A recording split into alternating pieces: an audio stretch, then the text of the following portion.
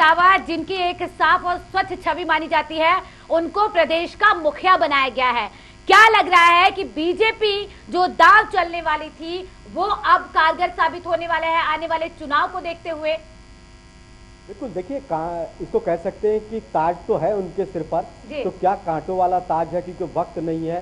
4 साल पहले ही निकल चुके, 1 साल है उसमें भी चुनाव की तैयारियां करना है, बचे हुए कामों को पूरा करना है। तीरथ सिंह रावत के अगर हम राजनीतिक इतिहास की बात करें तो बड़े मजे हुए नेता हैं। जब उत्तराखंड का गठन हुआ था 2000 में, उस वक्त क्योंकि इनके काबिलियत के आधार पर पहला शिक्षा मंत्री इनको बनाया गया था, क्योंकि शिक्षा विभाग एक बहुत बड़ा महत्वपूर्ण विभाग होता है, जिम्मेदारियां होती हैं के ऊपर। तो जब उत्तराखंड का गठन हुआ, सरकार पहली बनी, तो पहली सरकार में ये शिक्षा मंत्री थे, इनकी काबिलियत की वजह से बनाया गया। शांतिपूर्ण तरीके से अपना काम करते रहते हैं, कुछ ज़्यादा खेचतान या ये इस तरह की वो नहीं रखते हैं। यही वजह है कि देखिए कई नाम थे लेकिन इनके नाम को फाइनल कर दिया गया।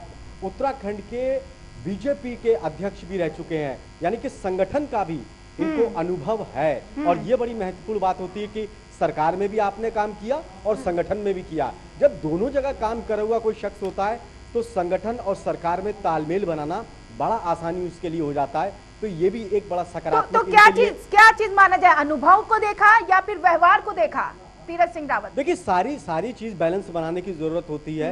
एक जो भौगोलिक संतुलन है उसको बनाने की कोशिश भी की जाती है। एक्सपीरियंस कितना है, राजनीतिक इतिहास कैसा रहा, छवि कैसी रही, उनका अनुभव कैसा है संगठन के साथ, सरकार में, सारी चीज देखी जाती है। उसी चीज को मैं बता रहा हूँ। देखिए संगठन में क्योंकि अध्यक्ष के तौर पर है प्रदेश के, तो वहां पर उन्होंने संगठन को साधने में कोई इनको दिक्कत नहीं रहेगी। पहले शिक्षा मंत्री रहे जो मैंने बताया। इसके अलावा संघ में प्रचारक की भूमिका भी इन्होंने निभाई है। एक ये भी वजह है उत्तराखंड के सीएम बनने में इनको बड़ी सकारात्मक रही।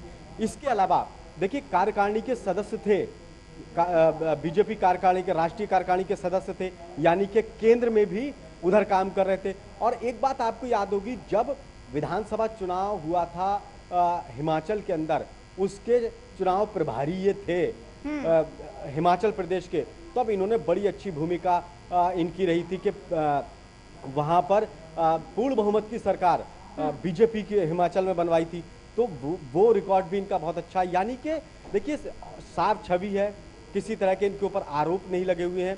तो और सब में केंद्र हो, राज्य हो, संगठन हो, सरकार हो, हर जगह मान है। यही वजह है कि विधायक दल की जब बैठक हुई तो नेता इनको चुना गया। लेकिन वही बात जो मैं कह रहा हूँ कि चुनौतियाँ कम नहीं है, 1 साल का वक्त है, वक्त इतना कम नहीं है इनके सामने। अब जो त्रिवेंद्र सिंह रावत के ऊपर आरोप लग रहे थे काम नहीं किया, उन कामों को भी इनको पूरा करना है, चुनावों में जीत भी दिलाना है। तो ये तमाम तरह की इनको जो है चुनौतियां भी इनके सामने है अगर इनको मुख्यमंत्री बनाया जा रहा है। राहुल जी हमारे साथ जुड़ गए। राहुल जी, चर्चा हो रही कि कई और नाम इसमें कि वो मुख्यमंत्री बन सकते, ये तो चर्चा में भी नहीं थे।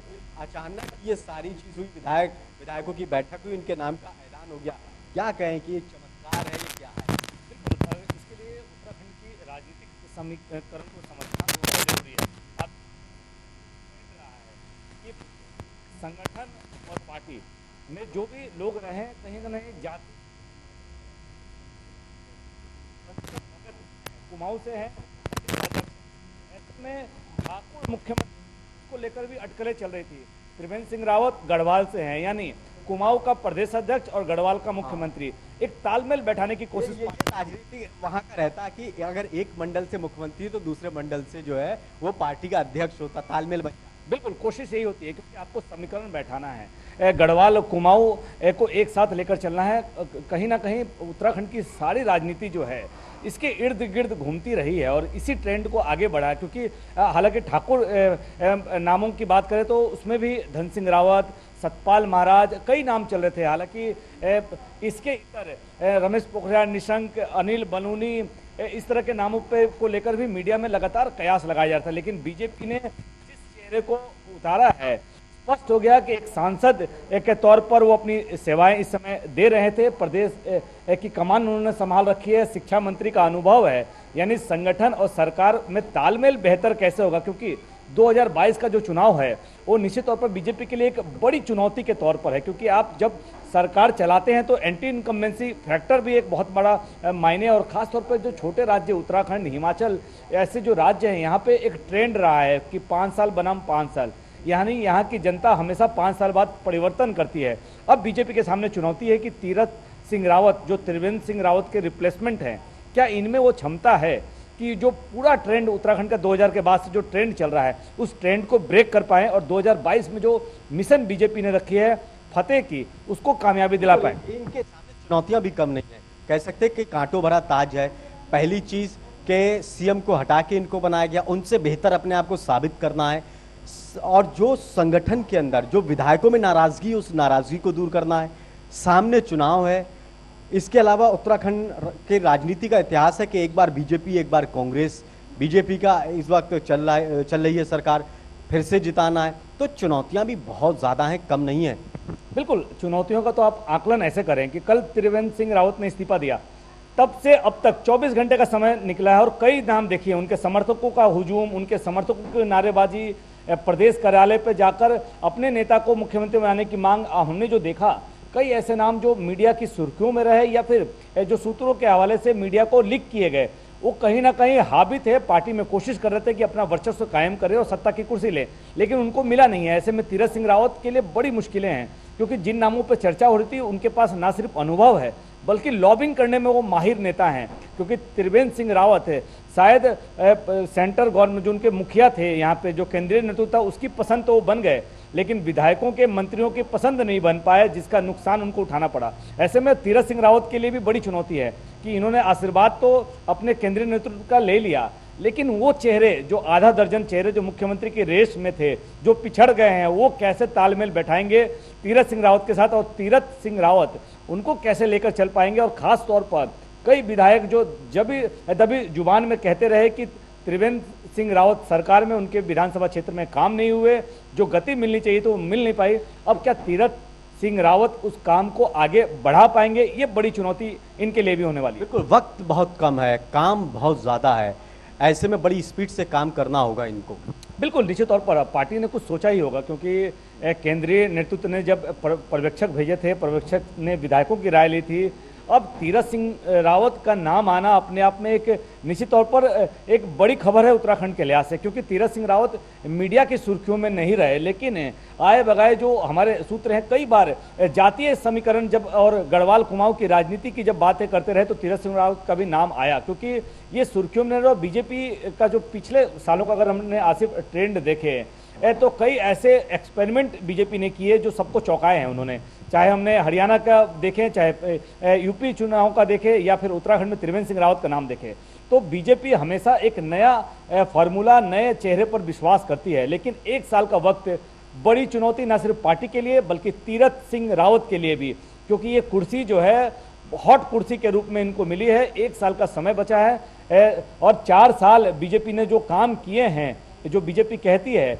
उसको आगे किस तरह से ले जा पाएंगे, और 1 साल में क्या उनको इतना मौका मिल पाएगा कि नई योजनाएं लाकर उसको इंप्लीमेंट कर पाएं। और सबसे बड़ा सवाल, मंत्रिमंडल का विस्तार कैसे करेंगे, क्योंकि बहुत सारे चेहरे ऐसे हैं जो मंत्री थे और बहुत सारे चेहरों को ये उम्मीद है कि इस बार वो मंत्री बनेंगे। अगर मंत्री नहीं बने या फिर मंत्रियों को हटाया गया तो बीजेपी क्या इन सब चीज़ों को समेटने में, बटोरने में और संगठन को मजबूत रखने में कामयाब होगी, एक बड़ा सवाल है। क्योंकि चुनाव नजदीक है और बीजेपी ने सीख ले रखा है 2017 चुनाव से, जिसका लाभ बीजेपी को मिला था। कांग्रेस की टूट का कहीं ना कहीं बीजेपी के अंदर सदस्य संख्या जितनी ज्यादा है उतनी ही ज्यादा चुनौतियां पार्टी के अंदर अब पदों को लेकर होगी। लेकिन आपने एक चीज देखी, उत्तराखंड के राजनीतिक एक इतिहास रहा है, वहां पर दूसरी पार्टियों से ज्यादा अपनी पार्टी के नेताओं से खतरा रहता है। तो सबसे बड़ा खतरा अभी तक का इतिहास यही रहा है, तो क्या तीरथ सिंह रावत के सामने सबसे बड़ा यही एक चुनौती होगी कि मंत्रिमंडल का गठन करना, सब लोगों को साधना, संगठन और सरकार के बीच में तालमेल बनाए रखना, केंद्रीय नेतृत्व ने जो भरोसा किया है उस पर खरे उतरना, ये सारी चीज चुनौतियां। लेकिन इससे सबसे ऊपर जो चाहे कांग्रेस हो चाहे बीजेपी हो, उन सबके सामने यही रहा कि पार्टी को साधना, सभी विधायकों को खुश रखना, ये बड़ी वहां की मुश्किल है। टूट फूट को, क्योंकि चुनाव का वक्त है, चुनाव में टूट फूट, दल बदल, ये बहुत कुछ होता है, अभी भी इस बड़ी सुगबुगाहट चल रही है, उससे पार आना। बिल्कुल सही कहा आपने कि तीरथ सिंह रावत के लिए चुनौतियां कई हैं, उन चुनौतियों का सामना आपको जनता को देखना है, पार्टी की जो मैनिफेस्टो उसको देखना है और अपने विधायक मंत्रियों को देखना है। यानी एक मुख्यमंत्री के तौर पर आपको सिर्फ विकास कार्यों पर ध्यान नहीं देना, आपको जोड़ गणित की राजनीति को भी फिट बैठाना होगा, जिसमें त्रिवेंद्र सिंह रावत अब पिछड़ गए। और साफ तौर पर जब प्रेस वार्ता हुई, जब उन्होंने इस्तीफा दिया, तो आप देखें उन्होंने कहा कि 9 दिन का वक्त बचा था मेरे 4 साल के कार्यकाल में, और हमने देखा भी आसिफ कि किस तरह से वो तैयारियों में लगे थे। मंत्री विधायकों को लगातार निर्देश दिए जा रहे थे, संगठन स्तर पर एक कार्यक्रम की तैयारी चल रही थी कि हम जनता को बताएंगे कि हमने 4 साल में किया क्या है। और 9 दिन पहले उनका विदा हो जाना, कहीं ना कहीं दर्द उनका झलक रहा था। उनको शायद इस बात का, पत्रकारों ने जब पूछा कि कारण क्या है, उन्होंने कहा ये दिल्ली दरबार का फैसला है। यानी शायद मुख्यमंत्री भी आश्वस्त थे कि वो 5 साल पूरा करेंगे, लेकिन राजनीति है और राजनीति में परफॉर्मेंस लगातार चाहिए। आप एक परफॉर्मेंस के आधार पर 5 साल नहीं निकाल सकते, और जो आपके साथ सहयोगी हैं उनको भी लेकर उनके भी कामों को आपको करना पड़ेगा। तीरथ सिंह रावत के सामने बड़ी चुनौती है, क्योंकि 4 साल की सरकार है, 1 साल का वक्त मिलेगा इनको। मंत्री भी जो आएंगे, अगर रिटेन नहीं करते आसिफ, जो मंत्री हैं उनके अगर विभागों को रिटर्न नहीं किया जाता, नए मंत्रियों को अगर विभाग दिए जाते हैं, तो ये बड़ा सवाल है कि 1 साल में करेंगे क्या। एक चीज और भी है कि मुख्यमंत्री को लेकर मंथन किया गया, उसके बाद उनको हटा दिया गया, तो क्या अब कैबिनेट मंत्रियों के कामकाज को लेकर भी मंथन होगा कि आपने कौन से कैबिनेट मंत्री ने अच्छा काम किया, किसने खराब किया? तो इसमें ऐसा भी हो सकता है कई कैबिनेट मंत्रियों का पत्ता भी कट सकता है, कई नए मंत्रियों को मौका भी मिल सकता है। बिल्कुल, आपने ठीक कहा। आप देखें कई ऐसे मंत्री थे जो दबी जुबान में कहते रहे कि उनके फाइलें जो हैं विधानसभा के सचिवालय में सचिवों के टेबलों पे घूम रहे हैं, उनको गति नहीं मिल रही है, अपने क्षेत्र में जनता को क्या जवाब देंगे। ऐसे में निश्चित तौर पर उनका परफॉर्मेंस भी खराब हुआ होगा। अब ऐसे में मुख्यमंत्री जिस तरह से एक ऐसे नाम का चयन किया गया जो सुर्खियों में नहीं रहा, तो अब देखना है कि मंत्रिमंडल को क्या हूबहू, जो बड़ी मुश्किल की स्थिति है कि जो मंत्री थे उनको रिटेन कर दिया जाए, कहीं ना कहीं कुछ चेहरों को बदलने की बात होगी। 3 मंत्रिमंडल में पहले से ही जगह खाली थे, 3 नए मंत्री भी बनेंगे। अब देखना है कि किसको क्या जिम्मेवारी मिलती है, और उन जिम्मेवारियों को क्या 1 साल में मंत्री इस लेवल तक पहुंचा पाते हैं कि जनता को बताने के लायक हो पाए कि हमने इस विभाग के माध्यम से इतने लोगों को लाभ दिया है। तो बड़ा सवाल है। पार्टी ने कुछ सोचकर 4 सालों में निर्णय लिया, लगता है थोड़ा देर से लिया। अगर मुख्यमंत्री को रिटेन करना, हटाना था आपको, तो आपको समय से लेना था, ताकि नए मुख्यमंत्री को समय मिल पाता न सिर्फ काम करने का बल्कि रणनीति भी साधने का। अब इस वक्त तीरथ सिंह रावत के लिए चुनौती दोहरी होगी। एक तो आला कमान का विश्वास जो उनके ऊपर बना है उसको बरकरार रखना है, दूसरी जो विधायक और मंत्रियों की नाराजगी थी त्रिवेंद्र सिंह रावत से, उनको भी खुश रखना है, और तीसरी जो जनता, जो कांग्रेस अपोजिशन लगातार आरोप लगा रहा था कि प्रदेश की विकास का पहिया जो है रुक गया है, उस पहिए को भी चलाना है। यानी तीरथ सिंह रावत के ऊपर बहुत जिम्मेवारियां आलाकमान ने सौंपी है। अब तीरथ सिंह रावत जब मीडिया से मुखातिब होंगे निश्चित तौर पे, तब क्या कहते हैं, उनकी प्राथमिकताएं क्या होती है, ये देखना दिलचस्प हो। अच्छा, दूसरी चीज देखी जाए, तीरथ सिंह रावत के लिए इसलिए भी रात थोड़ी आसान होगी क्योंकि उन्होंने हर जगह काम किया है। केंद्र में केंद्रीय कार्यकारिणी के वो सदस्य हैं इस वक्त, इसके अलावा प्रदेश के अध्यक्ष रहे, वो पहले शिक्षा मंत्री रहे, यानी कि संगठन में, सरकार में, हर चीज़ में उन्होंने काम किया, केंद्र के साथ काम किया, इसलिए उनको हर चीज़ को साधने में बड़ी आसानी होगी। हर चीज़ का मिजाज को वो समझ रहे हैं, चुनाव के प्रभारी भी रहे हिमाचल प्रदेश के, तो हर स्तर पर काम किया है, इसलिए उनको आसानी होगी। बिल्कुल, निश्चित तौर पर किसी भी स्टेट में आप सरकार सफल तभी है जब संगठन और सरकार में तालमेल हो, क्योंकि हमने तालमेल ना होने का नुकसान कांग्रेस के अंदर देखा है। 2017 में किस तरह से संगठन और सरकार के बीच जो खींचतान रही, ना सिर्फ उन्होंने सरकार गंवाई बल्कि कई बड़े चेहरे जो पार्टी के कद्दावर नेताओं की श्रेणी में थे उनको भी उन्होंने खोया है। तो बीजेपी भली भांति जानती है, और तीरथ सिंह रावत शांत स्वभाव के व्यक्तित्व हैं निश्चित तौर पर, और उत्तराखंड की राजनीति को बहुत बारीकी से समझते हैं। अब ऐसे में उनको एक जिम्मेदारी मिली है। अब उस जिम्मेदारी के बाद उनको पता है कि संगठन को भी साधना है और सरकार में लगे लोगों को भी गति देनी है, क्योंकि 1 साल का वक्त बहुत लंबा वक्त नहीं होता। 1 साल के वक्त में आपको अपना परफॉर्मेंस देना है, आपको गति देनी है, क्योंकि 2022 जब चुनाव होगा तो क्या बीजेपी तीरथ सिंह रावत के नाम पर ही आगे चुनाव में जाएगी, ये बड़ा सवाल है। फिलहाल बीजेपी ने शांत किया है, त्रिवेंद्र सिंह रावत को हटाकर जो अंदरूनी गुटबाजी थी पार्टी के अंदर उस पर विराम लगाने का काम किया है। निश्चित तौर पर अब आगे आलाकमान को दिख रहा था कि अगर मौजूदा सीएम को नहीं हटाया गया तो फिर यहाँ पर बड़ी दिक्कत हो सकती है, ऐसा उनको लग रहा था। इसलिए त्रिवेंद्र सिंह रावत का कार्यकाल खत्म हो गया, उनकी विदाई हो गई। तीरथ सिंह रावत अब आ गए। इस वक्त की एक और बड़ी खबर हम बता दें कि तीरथ सिंह रावत कुछ देर में राज्यपाल से मुलाकात करेंगे और वो चिट्ठी जो विधायकों ने उनके नाम लिखी है नेता के तौर पर कि हमारे नेता तीरथ सिंह रावत हैं, लेकर राज्यपाल के पास जाएंगे और अपने मुख्यमंत्री बनने को लेकर दावा पेश करेंगे। और आज 4 बजे शाम को मुख्यमंत्री पद की शपथ होगी। सबकी निगाह इस बात पर लगी है कि कैबिनेट में जो मंत्री थे क्या वो मंत्री होंगे, क्या कुछ मंत्रियों का पत्ता भी कट सकता है, क्या मंत्रियों को हटाया भी जाया जा सकता है, कुछ मुख्य कैबिनेट मंत्रियों को, क्या नए कैबिनेट मंत्री भी कुछ आ सकते हैं। इस वक्त की सबसे बड़ी खबर यही है कि कुछ ही देर में राज्यपाल बेबी रानी मौर्य से मुलाकात करने के लिए तीरथ सिंह रावत जाएंगे। विधायकों की उनके नाम जो नेता के तौर पर चिट्ठी है उस चिट्ठी को लेंगे और अपनी सरकार बनाने का दावा करेंगे मुख्यमंत्री के तौर पर। और शाम 4 बजे शपथ ग्रहण समारोह है। इस शपथ ग्रहण समारोह में सबकी नजरें लगी हुई हैं कि आखिर कौन बनेगा कैबिनेट मंत्री। क्या जो पहले के कैबिनेट मंत्री हैं क्या वो बकाया रहेंगे, क्या वो रहेंगे या फिर नए कैबिनेट मंत्री भी कुछ जोड़ेंगे, क्या जो पद खाली थे क्या उनको ही भरा जाएगा। मंत्रिमंडल विस्तार भी होना है और उनको सभी को समेटना, बटोरना और तमाम ऐसी चीजें, संगठन को मजबूत भी करना, ये बहुत बड़ी चुनौती। आसिफ खान जी मैं आपके पास आऊंगी। बीजेपी नेता संदीप दुबे जी हमारे साथ हैं, उनको ऐड कर लेते हैं। स्वागत है आपका संदीप जी टीवी 100 पर। संदीप जी, तमाम नाम सामने आ रहे थे, रमेश पोखरियाल निशंक हो, धन सिंह रावत हो, अनिल बलूनी हो, अजय भट्ट हो, लेकिन तीरथ सिंह रावत ही क्यों? अब सारे नेता अच्छे हैं और पूर्व के मुख्यमंत्री ने भी बहुत बेहतर काम किया, केंद्र सरकार की योजनाओं को जन जन तक पहुंचाया है। एक नई ऊर्जा की हमेशा आवश्यकता होती है हर किसी के जीवन में। तीरथ सिंह रावत जी संसद सदस्य के रूप में, विधानसभा के रूप में उनका जो अनुभव है वो सराहनीय है। ईमानदार, स्वच्छ छवि के राजनेता है और ये उनको अवसर जो मिला है इसका लाभ प्रदेश की जनता को मिलेगा और प्रदेश में एक बेहतर शासन की सरकार होगी, जिसके बदौलत अभी भी जो सरकारें हैं वो भी बेहतर काम कर रही थी, लेकिन खास तौर से अभी जो नई ऊर्जा का संचार और संगठन में होगा और इससे प्रदेश और फूलेगा फलेगा। और बिल्कुल देखिए, क्षमता दिखाने का जो अवसर मिला है, क्या असंतोष मिटा पाएंगे तीरथ सिंह रावत? देखिए, पार्टी भारतीय जनता पार्टी में कोई असंतोष नहीं है। सारे कार्यकर्ता, वो चाहे नेता हो या छोटे बड़े जितने भी। कैसी बात कह रहे हैं संदीप जी, सारे लोग सीएम की कुर्सी बदल गई और आप कह रहे हैं कि कुछ नहीं है।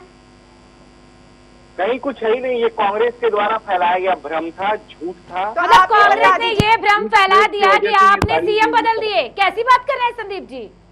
हमने सीएम बदले, नए सीएम को अवसर मिला। अच्छा बताइए, सीएम बदलने के पीछे की वजह क्या है संदीप जी? उसको काम करने दीजिए, वो काम से सबके जो प्रश्न है उसको विराम लग जाए। क्या त्रिवेंद्र सिंह रावत काम नहीं कर रहे थे?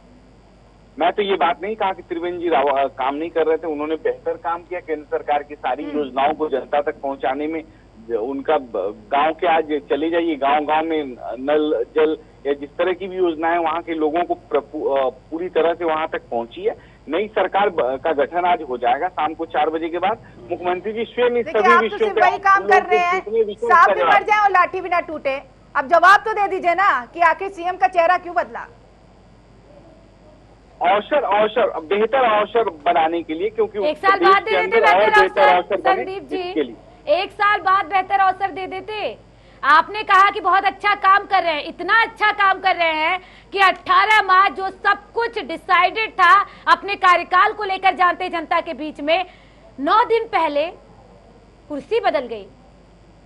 कुर्सी नहीं बदली है, भारतीय जनता पार्टी नहीं, वहाँ का एक एक व्यक्ति जो उस प्रदेश का है वो मुख्यमंत्री है, वो सबको अवसर सरकार ने अवसर दिया, जनता ने हमें सरकार बनाने का अवसर दिया था, हम बेहतर और अवसर का प्रयास कर रहे हैं और हमें लगता है कि उत्तरांचल के लोगों में बहुत आज हर्ष है, खुशी है। इस उत्सव को आज हम लोग नकारात्मक बातें कह के नहीं खराब करें। हमें लगता है कि आने वाला भविष्य जो है प्रदेश का उज्जवल है। उन्होंने क्षमता दिखाने का जो अवसर उन्हें मिला था वो क्षमता नहीं दिखा पाए। नहीं, बिल्कुल उन्होंने भी दिखाया, वो किसी से कम नहीं है, वो बेहतर मुख्यमंत्री वो भी साबित हुए। 4 साल उन्होंने काम किया, बड़ी पार्टी है, लेकिन एक बड़ी चुनौती है, एक बड़ी चुनौती है तीरथ सिंह रावत के सामने कि एक साल में नेताओं को जो लगता है उन्होंने वो काम किया है और इस काम की सराहना होनी चाहिए, जितनी सराहना की जाए कम। नहीं, जो एक साल में बहुत बड़ी चुनौती है कि किस तरीके से उत्तराखंड का विकास हो, राज्य से ठीक हो, तमाम ऐसी चीजें हैं जिसको लेकर विपक्ष सवाल खड़े कर रहा है, उन सारी चीजों को ठीक करना और विधायक के बीच में जो तलखियां हैं उसे दूर करना कैसे हो पाएगा एक साल में, ये बताइए। मुझे लगता है कि ये सारे जवाब मुख्यमंत्री जी अपने कामों से देंगे और आप तीरथ सिंह रावत जी पे भरोसा करिए। वो तो 4 साल में त्रिवेंद्र सिंह रावत नहीं कर पाए, एक साल में तीरथ सिंह रावत कैसे कर पाएंगे? वो जो 4 साल में हमने किया उसी काम को हम एक साल में और आगे बढ़ाएंगे। हम ऐसा तो कहीं नहीं रहे कि हमारे मुख्यमंत्री ने काम नहीं किया, हमारे मुख्यमंत्री से बेहतर तो मुख्यमंत्री कोई है नहीं वहाँ। प्रदेश जब से बना है, एक तरफ गुटबाजी हो रही है और आप दूसरी तरफ ये कह रहे हैं उनसे बेहतर कोई मुख्यमंत्री नहीं है। संदीप जी आपके पास लौटेंगे, वरिष्ठ सहयोगी आसिफ खान जी लगातार न्यूज रूम से जुड़े हुए हैं। आसिफ जी वो कह रहे हैं कि उनसे बढ़िया कोई मुख्यमंत्री ही नहीं है, वो बहुत अच्छे मुख्यमंत्री हैं, इतने अच्छे मुख्यमंत्री कि उनको बदल दिया गया, उन्हीं के चेहरे से जाते फिर अगले साल भी। देखिए फिर ये नहीं कह सकते कि मुख्यमंत्री ने काम नहीं किया था इसके लिए हटाया गया, ये तो अपनी चीजों को छुपाने वाली बात है। आप बीजेपी क्या कहे, ये कह नहीं सकती थी कि उन्होंने काम नहीं किया, अच्छा नहीं किया इसलिए हटा दिया। अगर ये बात कहेंगे तो फिर आप पलट के जवाब फिर दूसरा सवाल पूछ लोगी कि 4 साल तक फिर आपने क्यों मुख्यमंत्री उनको बना रहने दिया, इसलिए यही इनको कहना पड़ेगा अच्छा काम कर रहे थे। अब अच्छा काम कर रहे थे फिर आप पूछेंगे कि आपने फिर हटा क्यों दिया। देखिए ये दिख रहा था, उत्तराखंड की राजनीति का इतिहास है, वहां पर खींचतान बनी रहती है और उसी जो इतिहास था उसी इतिहास में ये भी समा गए, इनका भी इतिहास उसी इतिहास में नाम इनका लिख गया। 8 मुख्यमंत्री 20 साल में ऐसे रहे फातिमा, सबसे बड़ी बात 8 मुख्यमंत्री 20 साल में ऐसे रहे जो अपना कार्यकाल पूरा नहीं कर पाए। त्रिवेंद्र सिंह रावत से उम्मीद लगाई जा रही थी कि ये दूसरे मुख्यमंत्री वहां के होंगे जो 5 साल का अपना कार्यकाल पूरा करेंगे, लेकिन वो इतिहास भी नहीं रच पाए। वो इतिहास का हिस्सा जरूर बन गए, जो 8 मुख्यमंत्री थे उसमें इनका नाम भी शामिल हो गया। देखिए बहुत सी वजहें हैं, संदीप जी चाहें उसको नकार दें क्योंकि संगठन सरकार में तालमेल नहीं था, ये संदीप जी नहीं मानेंगे। विधायक, हमारी लगातार विधायकों से बात हो रही थी, बीजेपी विधायकों से, नाम नहीं बता सकते उनका, वो संतुष्ट नहीं थे। उनका कहना था कि हमें वक्त नहीं मिलता है मुख्यमंत्री से मुलाकात करने का, हमारी फाइलें रखी रहती हैं, हम अपनी क्षेत्र की बात जब मुख्यमंत्री के पास लेकर जाते हैं तो टाइम ही नहीं देते कि हम अपने क्षेत्र की बात कहें कि क्या जरूरत है क्या नहीं है, हमारे इलाके में क्या योजनाएं होना चाहिए और जो योजनाएं आपके राज्य में चल रही हैं उन योजनाओं का फायदा हमारे इलाके में मिल पा रहा है या नहीं मिल पा रहा है। कैबिनेट मंत्री इस बात को शिकायत करते थे, उनकी फाइलें काम की रखी हुई हैं, उस पर साइन नहीं हो रहे हैं, काम कैसे आगे बढ़े। और आपने देखा कि कुंभ मेले को लेकर जो सरकार का रवैया रहा, आप विपक्ष छोड़ दो, साधु संत नाराज थे, साधु संतों ने नाराजगी जाहिर की थी। कई बार ऐसा हुआ था कि बैठक के लिए जब मुख्यमंत्री पहुंचे गए थे तब साधु संतों ने नाराजगी जाहिर की थी, कई बार तो बैठक में जाने से मना कर दिया था। ये चीजें जो थी ये मुख्यमंत्री के खिलाफ थी कि वो कामकाज नहीं कर रहे हैं। अब बीजेपी के सामने ये था कि 2022 में चुनाव होना है, मुख्यमंत्री अगर ये पूरे 5 साल करते तो फिर कैसे इनके चेहरे पर जाएंगे, चेहरा अगर दूसरा लेकर आएंगे तो फिर कहना पड़ेगा कि 5 साल में मुख्यमंत्री ने काम नहीं किया। विपक्ष लगातार निशाना साध रहा था इनके ऊपर कि ऐसे मुख्यमंत्री जिन्होंने काम नहीं किया। और सबसे महत्वपूर्ण बात, जब एक सर्वे हुआ अपने देश के मुख्यमंत्री को लेकर कि किस मुख्यमंत्री ने कितना काम किया, कौन एक्टिव है, कौन जनता की पसंद है, तो उस श्रेणी में भी सबसे नीचे नंबर में फर्स्ट नंबर रहे थे उत्तराखंड के सीएम। तो ऐसी बात नहीं, हर जगह किरकिरी कराई, लेकिन सबसे बड़ा सवाल बीजेपी के ऊपर यही है। चलिए ठीक है, देर से आए दुरुस्त आए, लेकिन आपने इतनी देर कर दी आने में। बिल्कुल, देखिए संदीप जी वाजिब सवाल उठाया है हमारे वरिष्ठ सहयोगी आसिफ खान जी ने कि देखिए बड़ी यहाँ पर तलखियां भी थी। अब देखिए विधायक तो छोड़िए, यहाँ पे साधु संत भी नाराज थे, जब काम को लेकर विधायक जाते थे तो मुख्यमंत्री से मुलाकात नहीं हो पाती थी। अब इस चीज को आप स्वीकारेंगे कि नहीं स्वीकारेंगे? देखिए छोड़ो कल की बातें, कल की बात पुरानी, नए दौर में लिखेंगे मिलके नई कहानी। पूर्व मुख्यमंत्री ने स्वीकार तो कर लीजिए सर, स्वीकार करने की आवश्यकता है और उसी पद चिन्हों को आगे हम बढ़ाने का काम करेंगे। वो हमारी सरकार है, हम सबकी सरकार है, प्रदेश के लोगों की सरकार है, प्रदेश के लोगों की जन भावना के अनुरूप काम करेगी और तीरथ सिंह रावत जी के बनने के बाद एक नई ऊर्जा वहाँ के पार्टी कार्यकर्ताओं, प्रदेश के लोगों, सभी पक्ष के लोगों में आएगी। संदीप जी, जो पार्टी आने वाले समय में वहाँ चुनाव भी लड़ने जाएगी, उसका भी मुकाबला होगा और संदीप जी आशान्वित है कि बेहतर प्रदेश बनेगा। फातिमा, क्या मेरी आवाज? संदीप जी, वरिष्ठ पत्रकार हमारे आसिफ जी कुछ पूछना चाह रहे हैं। संदीप जी सुन पा रहे हैं आप? आशिफ भाई बोलिए। चलिए फिर आप बता दीजिए कि क्यों आशिफ परिवर्तन भाई की आवाज नहीं आ रही, मैं वन वे हूँ। चलिए मैं चाहता हूं आपकी आवाज सुन पा रहा हूँ, आसिफ भाई को नहीं। फातिमा इनसे पूछिएगा कि फिर आप बता दीजिए मुख्यमंत्री को क्यों बदला, क्या वजह थी? चलिए बता दीजिए कि आप मुख्यमंत्री को क्यों बदला, ये सवाल है। हमने मुख्यमंत्री नहीं बदला है, हमने पद चिन्ह को और लकीर बड़ी खींची है। ऊर्जावान नए मुख्यमंत्री आए हैं और ये ऊर्जावान मुख्यमंत्री बेहतर प्रदेश के लिए और बेहतर साबित होंगे। और सबसे महत्वपूर्ण बात यह है कि जो उन्होंने काम किया उस काम को और आगे बढ़ाया जाएगा। ये पार्टी का किसी भी राजनीतिक दल में उस पार्टी की अंदरूनी मामला होता है और वो मामले बैठ के घर में तय किए जाते हैं। रोड पे, सड़क पे सरकारें नहीं चलती, न तय की जाती हैं। तो सरकार बेहतर काम करे, इस उद्देश्य के लिए सब लोग अपनी जिम्मेदारी समझे। और बेहतर मुख्यमंत्री की जरूरत थी, तो इसके पीछे की वजह तो होगी ना कुछ ना कुछ। सर वजह भी तो स्वीकारिए। वजह पूरे प्रदेश के लोगों को पता है, प्रदेश के लोगों के बीच सारी वजहें हैं।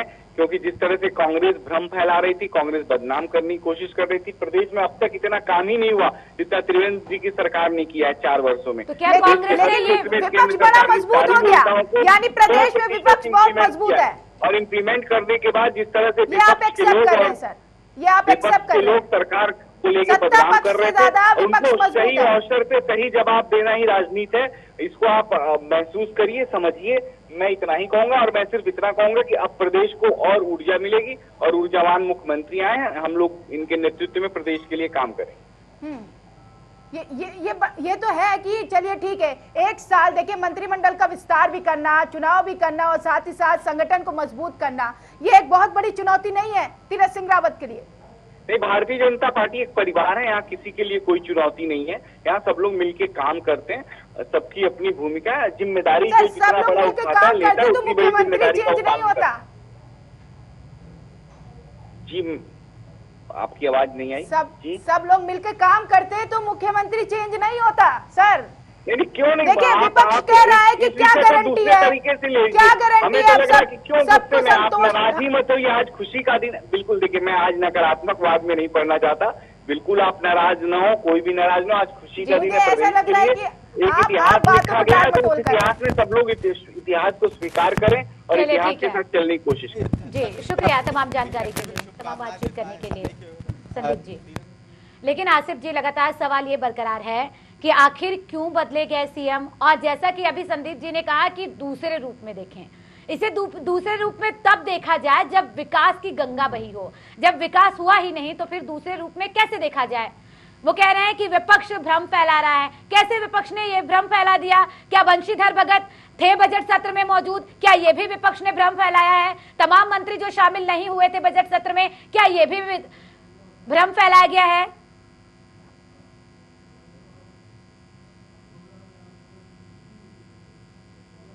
चलिए, बहुत शुक्रिया आसिफ जी तमाम जानकारी का। इसी बीच बातचीत करने के लिए राजनीतिक विश्लेषक संजीव कौशिक जी जुड़ गए हैं। बहुत स्वागत है आपका टीवी 100 पर। आपको आवाज मिल पा रही है? बिल्कुल आ रही है आपकी आवाज मुझे। सबसे पहले मेरा सवाल आपसे ये कि मुख्यमंत्री बदल दिए गए और बीजेपी नेता का ये कहना है कि नई ऊर्जा के साथ शुरुआत होगी, कोई मनमुटाव नहीं, कोई गुटबाजी नहीं। वाकई में आप सहमत हैं इस बात से? देखिए, मेरा मानना ये है कि जब नए मुख्यमंत्री के चेहरे बदले जाते हैं तो ये कहना स्वाभाविक रूप से है, और खास करके पार्टी की तरफ से कि नई ऊर्जा के साथ और कोई मनमुटाव नहीं है। लेकिन हमें और आपको खूब पता है कि जो पुराने होते हैं और जो वापस जिनकी रुखसत विदाई होती है, उनके मन में क्या चल रही होती है और किस तरह से उन्हें शिकार बनाया गया होता है। एक असंतोष की भावना तो रहती ही है, राजनीति में ये चलता है और होना भी यही चाहिए कि जब आप कुर्सी को छोड़ते हैं तो उस समय यह दर्शाने की जरूरत होती है कि नहीं, आला कमान से आपकी कोई शिकायत नहीं है और आप पार्टी के एक समर्पित कार्यकर्ता के तौर पे आपने अपना काम किया और अब चलते चलाते जो भी आएंगे उनको सहयोग और समर्थन दिया जाएगा। लेकिन मेरा मानना यह है कि ये उत्तराखंड का दुर्भाग्य है कि पिछले 20 सालों में 8 से ज्यादा सीएम वहाँ मुख्यमंत्री बदले जा चुके हैं और आज की जो कड़ी है वो एक और उसमें इजाफा करता हुआ दिखाई देता है। बिल्कुल, लेकिन राजनीतिक विश्लेषक होने के नाते मैं आपसे ये जानना चाहूंगी संजीव जी कि जो नए मुख्यमंत्री के नाम पर तीरथ सिंह रावत को आगे किया गया है, वो नए मुख्यमंत्री होंगे, उनके अगर कामों की बात की जाए, किस तरह से आप देखते हैं कितना उन्होंने काम किया है जिसकी वजह से पार्टी ने उन पर भरोसा जताया है? देखिए, ये इससे पहले उत्तराखंड के वो बीजेपी के अध्यक्ष रह चुके हैं या अभी वर्तमान में बीजेपी के महासचिव के तौर पे वो काम कर रहे हैं, तो निश्चित तौर पे एक भरोसेमंद नाम तो है ही उनका। लेकिन चुनौतियां बहुत ज्यादा है जिन चीजों को, लेकिन क्या साफ स्वच्छ छवि ही सब कुछ है विकास के लिए एक राज्य के? नहीं, ये कहना उचित नहीं है। इसलिए मैंने शुरुआती दौर में कहना शुरू किया था कि ये उत्तराखंड का दुर्भाग्य है कि जितने लोग भी उत्तराखंड के मुख्यमंत्री के रूप में वहाँ पे काबिज हुए, एक छोटा सा बहुत सारा प्यारा सा जगह है वहाँ पे, जितने भी मुख्यमंत्री काबिज हुए वहाँ के जरूरी मसलों पर ध्यान नहीं देते हुए या वहाँ के विकास पर ध्यान नहीं देते हुए अंदरूनी वो अपने कलह का शिकार बनते रहे। मुझे याद है कि एक मुख्यमंत्री को छोड़ दी जाए, खास करके कांग्रेस के शासनकाल में 5 वर्ष के बाद में ये दूसरे बड़े मुख्यमंत्री होंगे जिन्होंने बड़े एक लंबी अवधि तक या 4 सालों तक, वो भी तकरीबन 4 साल पूरे करने जा रहे थे, इतने दिनों तक वो मुख्यमंत्री के रूप में रहे। तो ये दुर्भाग्य रहा और लगातार कुछ बेहतर करने के प्रयास में या आगे इलेक्शन को ध्यान में रख करके एक और रिकॉर्ड मैं आपको बता दूं कि इलेक्शन को ध्यान में रखते हुए जब भी इलेक्शन नजदीक आया है और इस तरह से मुख्यमंत्री को बदला गया है उत्तराखंड में, यह सोचते हुए कि शायद इससे बेहतर परफॉर्मेंस रहे, पार्टी या किसी की भी रही हो, और ज्यादा बुरी स्थिति में वो रहे हैं और सत्ता परिवर्तन तक की नौबत वहाँ आई है और अभी तक के वक्त में हमने ये देखा है। लेकिन बेहतर परफॉर्मेंस के लिए वक्त भी चाहिए, क्या 1 साल में ये मुमकिन हो पाएगा? मैंने कहा कि ये केवल कहने सुनने की बातें हैं जिसपे हम बातचीत कर रहे हैं, लेकिन बात केवल इतनी ही तक सीमित नहीं है। यदि बेहतर परफॉर्मेंस की बात होती तो क्या इससे पहले जो 4 सालों तक मुख्यमंत्री के तौर पर रहे उन्होंने बेहतर परफॉर्मेंस नहीं किया? क्या बहुत सारे सवाल हैं। या एक और जिस समय वो केंद्रीय मंत्रिमंडल में हुआ करते थे, एक और मसला जैसा कि फिजाओं में है कि एक प्रेशर उनके ऊपर भी कुछ फैसले आने वाले हैं जिसकी वजह से उनको हटाने की बात हुई है। लेकिन केवल इतना ही नहीं है। मैंने कहा कि छोटे से एक प्रदेश में अपार प्रचंड बहुमत, जिसे प्रचंड बहुमत कहा जाए, वो प्रचंड बहुमत के साथ भारतीय जनता पार्टी उत्तराखंड में काबिज हुई थी। लेकिन उस प्रचंड बहुमत के बावजूद भी अंदर खाने में इतने शीर्ष स्थान हो, मुझे लगता है कि ये उत्तराखंड के निवासियों के लिए या वहाँ की जनता के लिए ये अच्छी बात नहीं है। लेकिन देखिए संजीव जी, एक सवाल विपक्ष कर रहा है कि समय रहते आखिर ये निर्णय क्यों नहीं लिया गया? 1 साल बाकी 4 साल निकल गया, क्या जनता के लिए के साथ छलावा किया गया? यही मूल सवाल है जिसका जवाब बेहतर होगा कि भारतीय जनता पार्टी के कोई यदि प्रवक्ता हो या उनके द्वारा यदि इस बात के बारे में कोई जानकारी दी जाती कि आखिर क्या वजह रही, क्या वो यदि बेहतर परफॉर्मेंस उनका रहा तो फिर बदलने के पीछे कारण क्या रहा, और बेहतर परफॉर्मेंस नहीं रहा तो 4 सालों तक आपने उत्तराखंड की जनता को छला क्यों? इससे पहले आपको ये निर्णय लेना चाहिए था। तो ये तमाम तरह की बातें हैं जो प्रश्न पैदा करती है इस तरह के बदलाव में। लेकिन यह बात तय है कि उत्तराखंड के मुख्यमंत्री के चुनाव में हमने देखा है कि जिस चीज का आरोप लगातार भारतीय जनता पार्टी कांग्रेस पे लगाती चली आई है कि आला कमान ने जो डिसीजन लिया या निर्णय लिया उसी के पीछे ये सारे लोग हाँ मिलाते हैं। ऐसा भी हुआ है कि पिछली बार त्रिवेंद्र सिंह रावत या फिर खंडूरी जी के वक्त की भी बात मैं बता दूं, जो कुछ भी निर्णय आला कमान ने लिया है दिल्ली दरबार से वही वहाँ पे लागू हुआ है, जिसका नतीजा ये हुआ है कि वहाँ के जो स्थानीय तौर पे जो लोग हैं या विधायक हैं उनके अंदर एक खेमेबाजी की जो प्रक्रिया है या प्रवृत्ति है वो ज्यादा मजबूत हुई है और उसी का नतीजा ये परिवर्तन। संजीव जी आपके पास लौटेंगे। इस बीच वरिष्ठ पत्रकार आरबी उपाध्याय जी जुड़ गए हैं। बहुत स्वागत है आरबी उपाध्याय जी टीवी 100 पर। धन्यवाद। आरबी उपाध्याय जी, सबसे पहले सवाल यही कि आखिर मुख्यमंत्री क्यों बदला गया, और दूसरी बात ये कि मुख्यमंत्री बदला गया लेकिन चुनौतियां बहुत बड़ी हैं। क्या आने वाले दिनों में माना जाए कि उत्तराखंड में विकास देखा जा सकता है? देखिए, आपने बिल्कुल सही प्रश्न पूछा है। 4 साल हो गए त्रिवेंद्र सिंह रावत को, लगभग 7-8 दिन कम, लगभग 4 साल पूरे कर दिए। 4 साल में विकास नहीं हुआ तो 1 साल में आप कैसे उम्मीद करते हैं कि कोई आसमान से तारे तोड़ के ले आए? बिल्कुल, ये बात अलग है कि भी पार्टी आला कमान का डिसीजन है और आला कमान होता है। लेकिन ये गले नहीं उतरता। देखिए गुटबाजी आप देखेंगे कि सभी पार्टियों में है, और ये दुर्भाग्य है उत्तराखंड का कि यहाँ नारायण दत्त तिवारी को छोड़ के 5 साल कोई पूरे नहीं करता है। तो एक चरित्र उस तरह की राजनीति का हो गया है। गुटबाजी सभी पॉलिटिकल पार्टियों में होती है, चाहे वो कांग्रेस है चाहे वो बीजेपी है, लेकिन पार्टी आला कमान को बहुत सारी चीजों को एनालिसिस करना होता है। लेकिन आरबी उपाध्याय जी, गुटबाजी तो ठीक है, लेकिन गुटबाजी इतनी हावी हो जाए कि सीएम की कुर्सी बदल जाए, तब दिक्कत हो जाती है। देखिए डेफिनेटली मैं उसी बात पे आ रहा था कि ये जो असंतोष था इसको कहीं रोक नहीं पाए रावत जी, और ये बात अच्छी बात है कि रावत जी के ऊपर कोई भ्रष्टाचार का आरोप और उस तरह के प्रत्यारोप नहीं लगे, लेकिन सबको साथ लेके चलने की जो कला है वो कहीं ना कहीं उसमें कमी उनकी दिखी।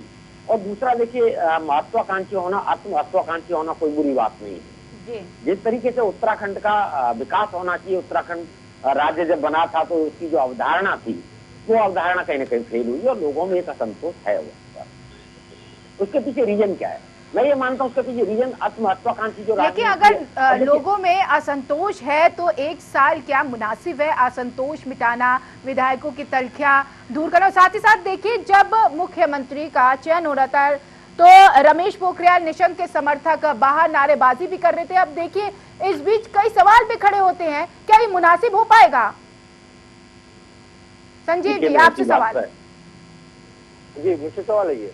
जी जी देखिए ये बात कहने में कोई गुरेज नहीं होनी चाहिए कि ये जो भी बहाने बनाया जाए, निश्चित तौर पे अंदर खाने जो गुटबाजी थी वो हावी रहा है और उसी का नतीजा रहा है कि आज कुछ परिवर्तन की बात आई है।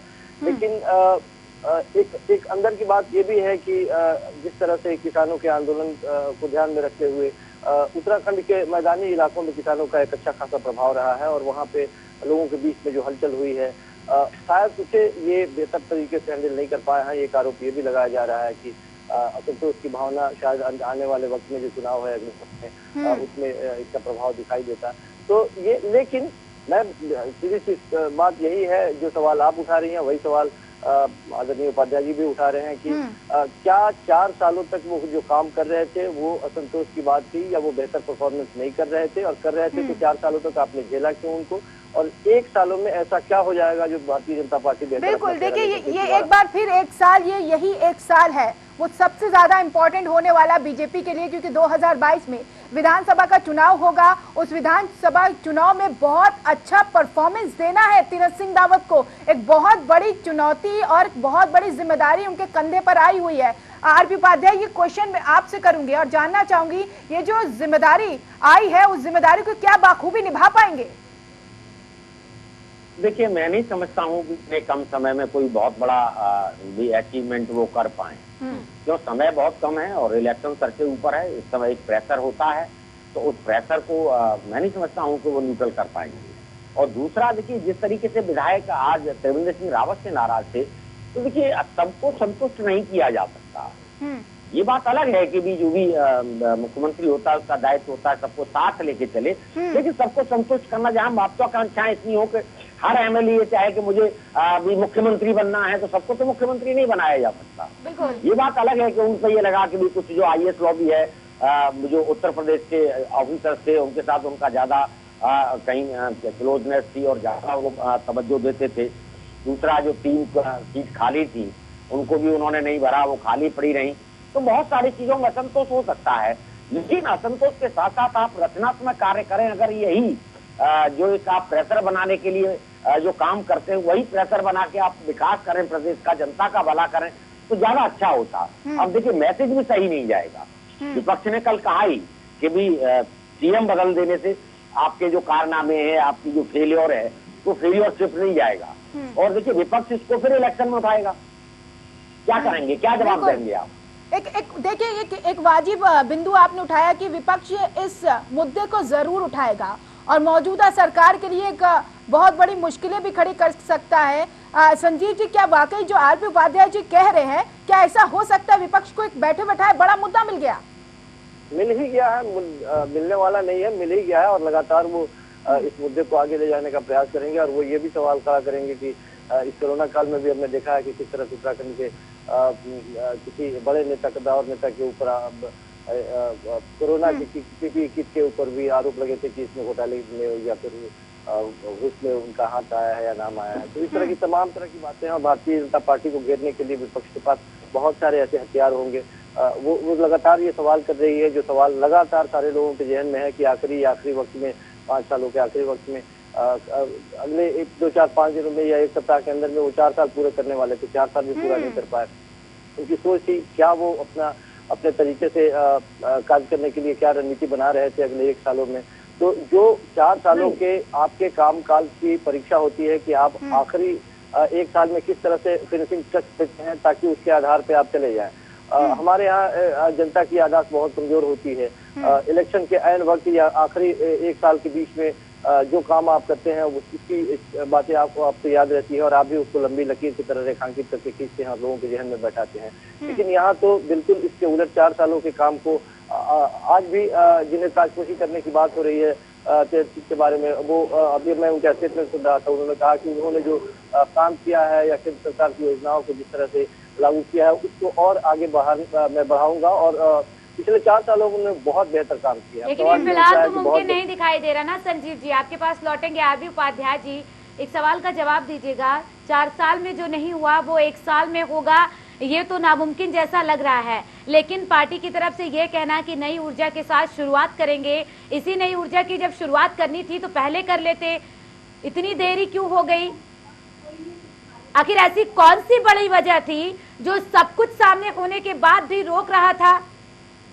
देखिए ऐसा नहीं है जैसा आप कह रहे हैं। देखिए ये अपने अपने तरीके से नैरेटिव सेट करने की जो आला कमान कोशिश करता है, यानी आला कमान ने माना फेलियर है और जब फेलियर है तो जनता की माफ करेगी आपको भाई।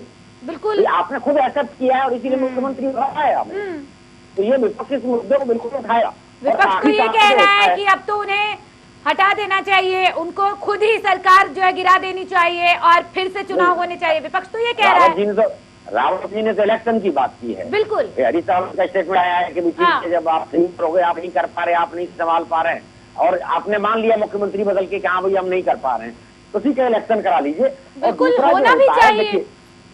दूसरा जो चुनाव का साल होता है, जो आखिरी साल होता है, आखिरी साल में बहुत सारी योजनाएं होती हैं जो मुख्यमंत्री 4 सालों से उन के ऊपर काम कर रहे होते हैं और आखिरी साल को गति देते हैं और वो गति दिखती है, आपके धरातल पर नजर आने लगता है कि भाई यहाँ काम हो रहा है, बहुत स्पीड के साथ हो रहा है। तो जनता में जो एक नाराजगी होती है उसको दूर करने की कोशिश की जाती है। लेकिन यहाँ मैं देख रहा हूँ कि आपने 4 साल के मुख्यमंत्री को बदल दिया और एक नया मुख्यमंत्री कितने दिन में समझ पाएगा, कितने दिन में काम कर पाएगा और कितने दिन में गति दे पाएगा, ये इतना आसान नहीं होता है। पूरा प्लानिंग होती है, उसके लिए वो फिजिकली और मेंटली तैयार भी नहीं है जो आज आप मुख्यमंत्री बना रहे हैं। और तो सबसे बड़ी बात ये भी है आरबी उपाध्याय जी कि जब चुनाव आते हैं तो आप राज्य सरकार के काम को कम और केंद्र सरकार के कामों को ज्यादा गिनाते हैं। क्या सिर्फ इस वजह से कि डबल इंजन की सरकार है? देखिए डबल इंजन की सरकार के फायदे होने चाहिए। देखिए जनता ये चाहती है कि हमने भी ठीक है केंद्र में भी बीजेपी को सत्ता दी है और स्टेट में भी एक अच्छा खासा जनादेश जनता ने दिया है। तो जनता भी ये उम्मीद करती है कि भी विकास का जो पहिया है वो तेजी के साथ घूमे और समाज के अंतिम व्यक्ति तक विकास पहुंचे और वो दिखना भी चाहिए। लेकिन जब ऐसा नहीं होता तो आप देखेंगे कि वो अब प्रचार में ये कहना बंद कर दिया गया है कि भी डबल इंजन की सरकार। तो डबल इंजन की सरकार के कोई बेनिफिट मैं नहीं समझ रहा हूँ जिन जिन स्टेट में है वहाँ जनता को कोई। लेकिन डबल इंजन की सरकार बेनिफिट है कि नहीं है, लेकिन 1 साल में काम जो करेगा। संजीव जी मैं आपके पास आ रही हूँ, ये सरकार अब तीरथ सिंह रावत के नेतृत्व में 1 साल में जो काम करेगी क्या बेनिफिट होगा उससे बीजेपी को या फिर बेनिफिट ज्यादा विपक्ष को हो जाएगा? देखिए प्रश्न चिन्ह तो अभी से खड़े शुरू हो गए हैं कि 1 साल में वो करेंगे क्या, दिखाएंगे क्या, उपलब्धि किसकी दिखाएंगे, अपनी उपलब्धि दिखाएंगे या पिछले 4 सालों से जो मुख्यमंत्री थे उनकी उपलब्धि दिखाएंगे। महत्वपूर्ण बात यह है कि पिछले 4 सालों से जो मुख्यमंत्री थे जिनके बारे में हम लोग चर्चा कर रहे हैं उनके बारे में दबे जुबान से ये भी कही जाती है कि एरोगेंस नाम की चीज जो उनमें थी वो क्योंकि हमने देखा है कि पिछले वर्ष किस तरह से एक महिला उनके दरबार में पहुंची थी वो ट्रांसफर वगैरह को लेकर, किस तरह से उन्होंने बड़े दरबार में एक महिला के साथ अपमानजनक व्यवहार किया था कि इसको गिरफ्तार करो, डांटा था बड़े बेतरतीब तरीके से। तो एक चीज ये और दूसरी चीज कि जब कभी भी आज के वक्त में जितनी भी पार्टियां, मैं किसी एक पार्टी की बात नहीं कर रहा हूँ, खासकर से भारतीय जनता पार्टी की चर्चा इसलिए ज्यादा होती है क्योंकि सबसे बड़ी पार्टी और सारे लोग कहीं से यदि भगदड़ का माहौल बनता है तो यहीं पे आके ज्वाइन कर रहे हैं, इसलिए भारतीय जनता पार्टी को टारगेट किया जाता है। लेकिन सैद्धांतिक तौर पर कोई भी कार्यकर्ता और नेता अपने आप को समर्पित नहीं कर पाता है। नतीजा ये है कि अंदर खाने में जो बाहर से दिखाई देता है वो अंदर खाने में कुछ और चल रहा होता है। मैं ऐसा इसलिए कह रहा हूँ कि जैसे भारतीय जनता पार्टी में एक बड़ा धड़ा जो कांग्रेस से टूट करके भारतीय जनता पार्टी में ज्वाइन किया था, या ये कह लें कि विजय बहुगुणा के साथ जिन लोगों ने ज्वाइन किया था, वो आने के बाद में उनके प्रभाव से जो स्थानीय कार्यकर्ता है या जो स्थानीय नेता जो पहले से भारतीय जनता पार्टी के समर्पित नेता रहे हैं, उनके मन में असंतोष की भावना उपस्थित हुई है।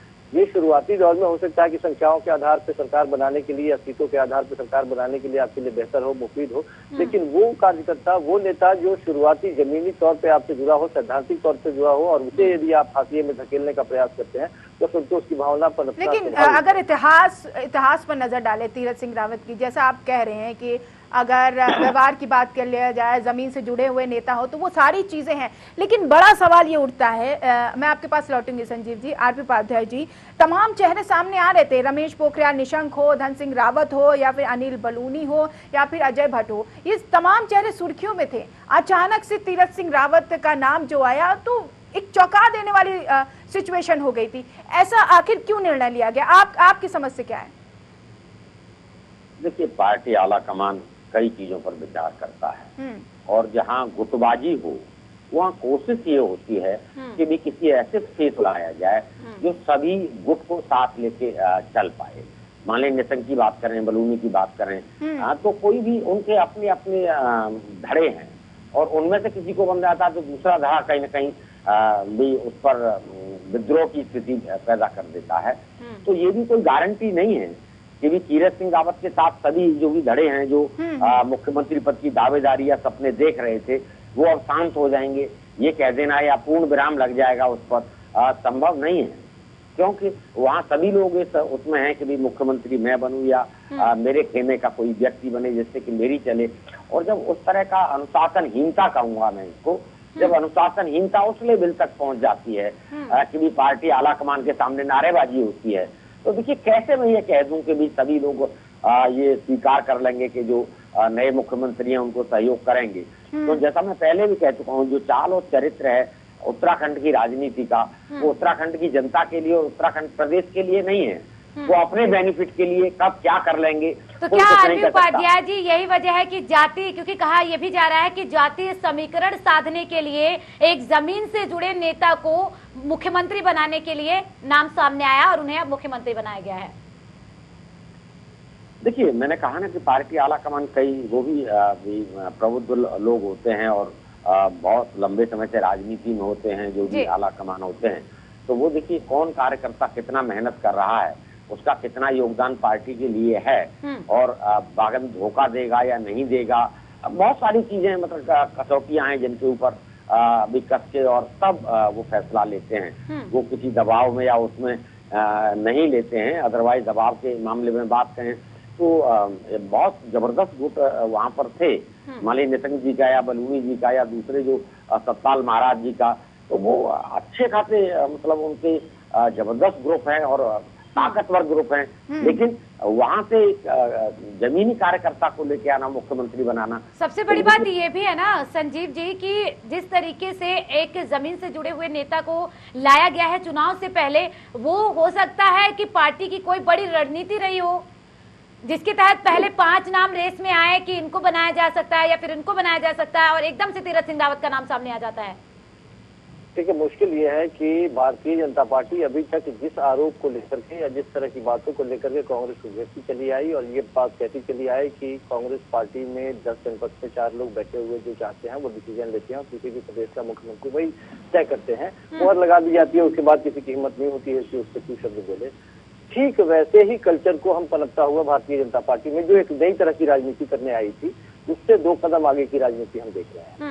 यदि वाकई उत्तराखंड की बात की, उत्तराखंड के क्योंकि मैंने कहा शुरुआती दौर में है कि प्रचंड बहुमत लोगों ने दिया था भारतीय जनता पार्टी को, यदि सचमुच में उनके जनाधार को देखते हुए, वहाँ के विधायकों के विचार को सम्मान देते हुए यदि मुख्यमंत्री का चयन हुआ होता तो शायद आज ये नौबत नहीं आती। और आज भी जिनके बारे यानी में गलती पहले हो गई है, गलती पहले से हुई है और आज भी उसी गलती को दोहराने का प्रयास किया जा रहा है। मैंने बताया आपको कि ये इतिहास रहा है कि जिस पार्टी ने भी, हम केवल भारतीय जनता पार्टी की बात नहीं करेंगे, आखिरी वक्त में तो गलती को सुधारने के लिए 4 साल तक कोई प्रयास भी नहीं किया गया, कोई सुबगाहट भी नहीं इसको लेकर। 4 साल के बाद क्या मुमकिन है मुख्यमंत्री को बदलना और विधानसभा में जीत पाना? इसी सवाल का जवाब तो हम लोग ढूंढ रहे हैं और मुझे लगता है कि इसका मुकम्मल जवाब कोई भारतीय जनता पार्टी का प्रतिनिधि होता है इस वक्त को ज्यादा बेहतर दे पाता कि जवाब की जरूरत नहीं है। हमें देखिए जी बोल रहे हैं, देखिए इसमें किसी की जरूरत नहीं है। हाँ। बीजेपी का आप इतिहास देखिए, बीजेपी का कोई भी सीएम अपना कार्यकाल पूरा नहीं कर पाया है। हाँ। तो बीजेपी का ये जो इस तरह से सीएम बदलना, और देखिए जिस पार्टी ने सीएम को बदला है उसके परिणाम अपेक्षित नहीं आए हैं। तो जनता तो क्या इससे भी सबक नहीं लिया बीजेपी ने? अब मैं नहीं समझ पाता हूं कि बीजेपी ने क्यों इस तरह का डिसीजन लिया। अगर असंतोष था तो उन सबको बिठा के और असंतोष को दूर करना चाहिए था और कैरी ऑन करना चाहिए था। अभी 4 साल लगभग पूरे होने को हैं। और ये भी बताते हैं कि देखिए दर्शक भी समझ लें उस चीज को कि भी सबसे लंबे समय तक पद पर टिके रहे हैं यही रावत जी। नहीं तभी तो अनुमान लगाया जा रहा था ना आरबी उपाध्याय जी कि हो सकता है ये दूसरे और बीजेपी के पहले मुख्यमंत्री बने बीजेपी पार्टी की तरफ से, जो कि अपने 5 साल के कार्यकाल को पूरा करे, लेकिन वो इतिहास रचने से पहले ही कुर्सी गिरा दी गई। देखिए वहाँ जिस तरह की राजनीति है वो किसी छुपी नहीं है, चाहे और ज्यादातर वहाँ 2 ही पार्टी सत्ता में रही है, कांग्रेस और बीजेपी। तो दोनों ही पार्टियों में वहाँ जो भी नेता हैं या जो भी एमएलए चुन के आते हैं वो अति महत्वाकांक्षी होते हैं और वो सीएम को स्थिर नहीं रहने देते। उसको किसी न किसी तरीके से अस्थिर करने की कोशिश करते हैं, बाधाएं उत्पन्न करने की कोशिश करते हैं और उससे जो प्रभावित होता है वहाँ का आम जो मतदाता है वो प्रभावित होता है, उससे प्रदेश प्रभावित होता है और जो ग्रोथ होनी चाहिए, जो विकास होना चाहिए, वो विकास कहीं ना कहीं रुक जाता है जब आप बीच में बदल देते हैं। यही तो बड़ी विडंबना है आरबी उपाध्याय जी, आपके पास लौटूंगी मैं। संजीव जी, विडंबना ये है कि जल, जंगल और जमीन की बात की जाती है, पलायन रोकने की बात की जाती है, बड़े बड़े दावे किए जाते हैं, लेकिन होता क्या है आखिर में? सिर्फ सत्ता परिवर्तन। और यही वजह है कि जनता भी नहीं समझ पा रही है कि वो वोट करे तो किसे करे, क्योंकि तीसरी पार्टी के रूप में हालांकि अब आम आदमी पार्टी आगे आ रही है, जो कि ये माना जा रहा है कि वो तीसरी पार्टी के रूप में आगे बढ़ सकती है, लेकिन बीजेपी और कांग्रेस यही विकल्प उनके सामने है, जिस वजह से कभी कांग्रेस पर भरोसा, कभी बीजेपी पर भरोसा। तो क्या अब आप पर भरोसा कर पाएंगे? देखिए सबसे महत्वपूर्ण बात यही है कि भारतीय जनता पार्टी बहुत मजबूत और बड़े प्रचंड बहुमत के साथ विराजमान थी। लोगों ने अपार प्रेम दिया था और अपार प्रेम दिया था और उसके बावजूद इस तरह से विफल होना, 5 साल तक नहीं चला पाना, मैं समझता हूँ कि केवल क्षेत्रीय नेतृत्व भी इसमें विफल नहीं हुआ है, केंद्रीय नेतृत्व की भी विफलता की बात आएगी कि उन्होंने भी बीच में यदि समय रहते यदि हस्तक्षेप किया होता और इस बीच में यदि बीच बचाव करी होती तो शायद ये नौबत नहीं आती किसी भी पार्टी के लिए। इस तरह से 4 साल मजबूत शासन, मजबूत लोगों के आधार पर चलती हुई एक सरकार यदि बीच में 4 साल के बाद में या 4 साल के आसपास में इस तरह से यदि बदलती है, नेतृत्व परिवर्तन किया जाता है, तो उसके लिए ये माइनस पॉइंट होता है। इसमें प्लस कहीं खोजने की जरूरत नहीं है। पूरे देश की जनता यही सवाल करेगी कि हमने यदि बनाया था और एक बार मुख्यमंत्री बना दिया गया तो क्या हम ठगा महसूस करें? हमने इतना अपार प्रचंड बहुमत दिया था। बिल्कुल, सवाल तो यही उठ रहा है कि क्या जनता के साथ धोखा किया गया था, और अगर पहले धोखा नहीं तो क्या अब धोखा किया जा रहा है? दोनों सवाल है। नहीं, अभी भी तीर जनता के हाथ में है, अभी भी कमान जनता के हाथ में है। चुनाव नजदीक है, मात्र 1 साल का वक्त है या फिर उससे भी कम। जनता तो वैसे ही चुन लेगी। इन सब के बीच क्या ये सवाल भी उठता है कि विपक्ष से ज्यादा झेलने की क्षमता बीजेपी के विधायक की होनी चाहिए मुख्यमंत्री में? संजीव जी, देखिए अब विपक्ष, क्या सवाल एक बार दोबारा दोहराएं? विपक्ष से ज्यादा बीजेपी के विधायक, जो विधायकों के बीच अंदरूनी कला है, जो नाराजगी है, वो नाराजगी ही वजह है मुख्यमंत्री चेंज होने की। मैंने कहा, इसीलिए मैंने कहा कि ये केवल क्षेत्रीय नेतृत्व की असफलता नहीं है। इसमें यदि कहा जाता तो केंद्रीय नेतृत्व भी बहुत कुछ कर सकता था, लेकिन जानबूझ के आज उत्तराखंड के लिए ये दुर्भाग्य की बात है कि हर 5 आदमी में से 1 आदमी मुख्यमंत्री का दावेदार है और ये मजबूत दावेदार है। आज भी यदि ये तीरथ सिंह जी, यदि इनकी ताजपोशी संभव है कि आज ही हो जाए, तो आज भी यदि ये मुख्यमंत्री बनेंगे, मुझे नहीं लगता कि ये आखिरी एक साल के वक्त में भी ये चैन से बैठने वाले हैं। इन्हें भी बहुत तरह की समस्याओं का सामना करना पड़ेगा, क्योंकि गुटबाजी अभी भी चरम पे है। ये तत्काल एक ऐसा अचानक जो संकट आया था सरकार पर, राज्य सरकार पर, उसे निपटाने के लिए इस तरह की कवायद जारी की गई और उसपे मुझे लगता है कि अभी वर्तमान में इसे निजात मिलती हुई दिखाई दे रही है। लेकिन भारतीय जनता पार्टी, मुझे लगता है कि आने वाले वक्त में अगल बगल में, केवल उत्तराखंड की बात नहीं करें, अभी मुझे ताजा जानकारी नहीं है, पिछले घंटे से हम बैठे थे, लेकिन अब हरियाणा में भी कुछ उठापटक की सूचना मिलने वाली है। तो जाहिर सी बात है कि भारतीय जनता पार्टी के लिए आने वाले वक्त में, या यूं कह लें कि किसानों की सुगबुगाहट की वजह से एक सुगबुगाहट भारतीय जनता पार्टी को बहुत जल्द देखने को मिल रही है। चलिए ठीक है, आप दोनों मेहमानों का बहुत शुक्रिया चर्चा में शामिल होने के लिए। लेकिन सवाल यही बरकरार है कि क्या तमाम चुनौतियों को पार कर पाएंगे तीरथ सिंह रावत? हालांकि 4 बजे शपथ ग्रहण करेंगे और औपचारिक ऐलान भी किया जाएगा, लेकिन तमाम चुनौतियों को क्या पार करके प्रदेश की सियासत में जो सियासी उठापटक मची हुई है उसको दूर कर पाएंगे या नहीं, ये एक बड़ा सवाल बरकरार है। जो बड़ी चुनौतियां हैं, उस चुनौतियों को भी फेस करना है। जिंदाबाद जिंदाबाद जिंदाबाद जिंदाबाद